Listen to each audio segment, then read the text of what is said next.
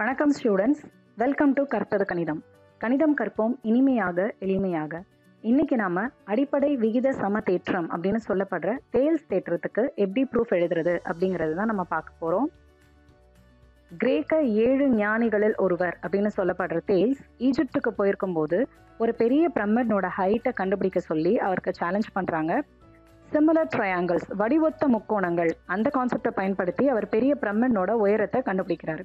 இதை கண்டுபிடிச்சதுக்கு அப்புறமா அவர் ஒரு தேற்றம் எழுதுறாரு. அந்த தேற்றம் தான் இப்ப நம்ம படிக்க போற தேல்ஸ் தேற்றம். ஒரு முக்கோணத்தின் ஏதேனும் ஒரு பக்கத்திற்கு இணையாகவும் மற்ற இரு பக்கங்களை வெட்டுமாறும் வரையப்பட்ட ஒரு நேர்கோடு. இப்போ இதுதான் நம்ம எடுத்திருக்க முக்கோணம். இதுல எந்த பக்கத்துக்கு வேணா நம்ம இணைக்கோடு வரையலாம். இப்போ நம்ம இந்த அடிப்பக்கத்துக்கு இணையா ஒரு கோடு வரைகிறோம். அடிப்பக்கம் பிசிக்கு இணையா ஒரு நேர்கோடு டிஇ. இந்த நேர்கோடானது மற்ற இரு பக்கங்கள், அதாவது பிசி இல்லாம மற்ற ரெண்டு பக்கம் ஏபியையும் ஏசியையும் வெட்டுற மாதிரி நம்ம வரையணும்.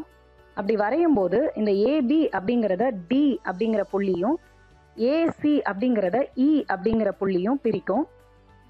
இது எப்படி பிரிக்கும் அப்படின்னா சம விகிதத்தில் பிரிக்கும். அதாவது AD by DB is equal to AE by EC, இந்த விகிதத்தில் பிரிக்கும் அப்படிங்கிறது தான் தேல்ஸ் தேற்றம். இதை தான் நம்ம நிரூபிக்க போகிறோம். இப்போ நம்ம ஒரு முக்கோணம் எடுத்துக்கிறோம் ஏபிசி, அதில் டிஇங்கிறது இணைக்கோடு. இது இணைக்கோடு வரைஞ்சதுக்கு அப்புறம் இந்த பெரிய முக்கோணமானது 2 முக்கோணங்களாக பிரியும். இப்போ இந்த 2 முக்கோணங்களாக பிரிஞ்சதுக்கு அப்புறம் இந்த 2 முக்கோணங்களை நம்ம கம்பேர் பண்ண போகிறோம். இப்போ டிஇயும் பிசியும் இணைக்கோடு அப்படின்னு நம்ம சொல்லிட்டோம். இப்போ இந்த ஏபி அப்படிங்கிறது ஒரு குறுக்கு வெட்டி. நமக்கே நல்லா தெரியும், இணைக்கோடுகளை ஒரு குறுக்கு வெட்டி வெட்டும் போது நமக்கு 8 கோணங்கள் கிடைக்கும். அதில் ஒரு விதமான கோணம் தான் ஒத்த கோணங்கள். உங்களுக்கு ஞாபகம் இருக்கும்னு நினைக்கிறேன். இப்போ பாருங்க, இந்த ஏடிஇயும் இந்த ஏபிசியும் ஒத்த கோணங்கள். இப்போ இந்த கோணத்துக்கு எப்படி பேர் வைக்கணும் அப்படிங்கிறத நான் மாற்று வட்ட துண்டு தேற்றத்திலே சொல்லியிருக்கேன். ஏடிஇ எங்க கோணம் வருதோ அந்த எழுத்தை நடுவில் எழுதணும், மற்ற 2 எழுத்துக்களை முன்ன பின்ன எழுதிக்கணும்.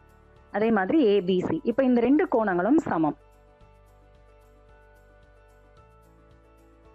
அடுத்து அதே மாதிரி அதே குறுக்கு வெட்டி இந்த பக்கம் வந்ததுன்னா இது 2 இணைக்கோடுகள். இப்போ இந்த ஒரு குறுக்கு வெட்டி வெட்டும் போது இந்த கோணம் இதை ஏஇடி, ஏன்னா கோணம் ஈல இருக்கிறதுனால ஈயை நடுவில் எழுதுறோம். AED is equal to ACT.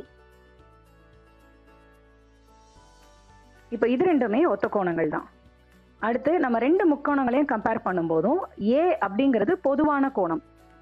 இது இந்த பச்சை கலர் முக்கோணமான ஏடிஇலையும் இருக்கும், இல்லை இந்த மஞ்சள் கலர் முக்கோணமான ஏபிசிலையும் இருக்கும். அப்போ ஏங்கிறது பொதுவான கோணம். ஸோ இப்போ நம்ம 3 செட் ஆஃப் கோணங்களையும் கம்பேர் பண்ணிட்டோம் 2 முக்கோணங்களில். அந்த 3 செட் ஆஃப் கோணங்களுமே சமம் அப்படிங்கிறதுனால ஏ விதிமுறைப்படி முக்கோணம் ஏடிஇயும் முக்கோணம் ஏபிசியும் வடிவொத்தவை அப்படின்னு நமக்கு தெரிஞ்சிருச்சு. இப்போ நம்ம என்ன பண்ண போறோம்னா, வடிவொத்தவை அப்படிங்கிறதுனால அதனுடைய பக்கங்களை நம்ம கம்பேர் பண்ண போறோம். ஏன்னா நமக்கே தெரியும் வடிவொத்த முக்கோணங்கள்ல பக்கங்கள் விகிதங்கள்ல இருக்கும். இப்போ நம்ம AB by AD is equal to AC by AE is equal to BC by DE அப்படின்னு எழுதிக்கிறோம்.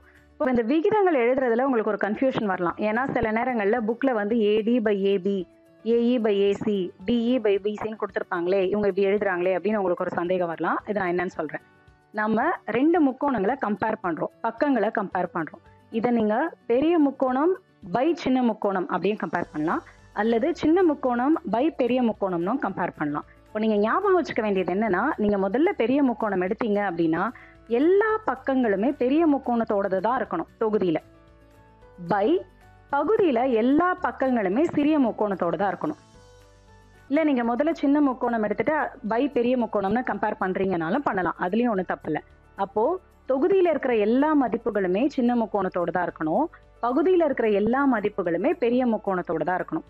நீங்கள் ஒரு விகிதத்தை பெருசு பை சின்னது அப்படின்னு கம்பேர் பண்ணிட்டு இன்னொரு விகிதத்தை சின்னது பை பெருசுன்னு கம்பேர் பண்ணீங்கன்னா உங்கள் மொத்த சம்மும் தப்பாயிடும்.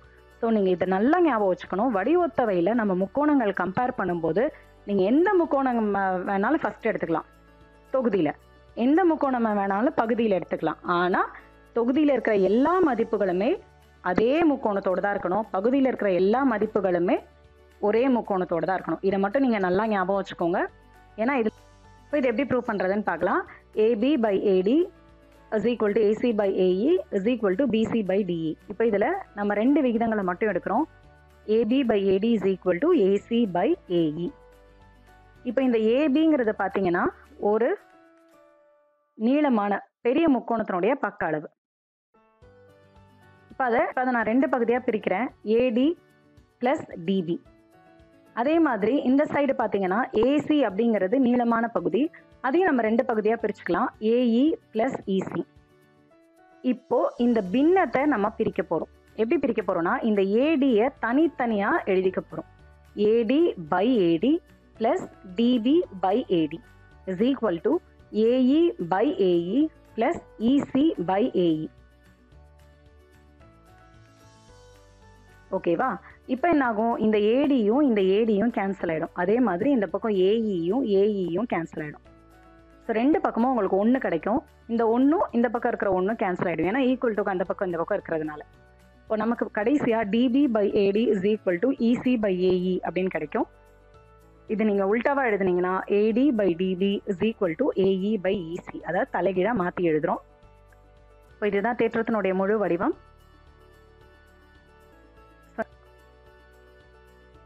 இந்த தேற்றம் உங்களுக்கு நல்லபடியாக புரிஞ்சிருக்கும் அப்படின்னு நம்புகிறேன். இதே மாதிரி மாற்று வட்டத்துண்டு தேற்றத்துக்கும் பித்தாகரஸ் தேற்றத்துக்கும் வீடியோஸ் இருக்குது, லிங்க் டிஸ்கிரிப்ஷன் பாக்ஸில் இருக்குது, அதையும் பாருங்கள், உங்களுக்கு யூஸ்ஃபுல்லாக இருக்கும். நல்லபடியாக படித்து நிறைய மார்க்ஸ் வாங்க வாழ்த்துக்கள்.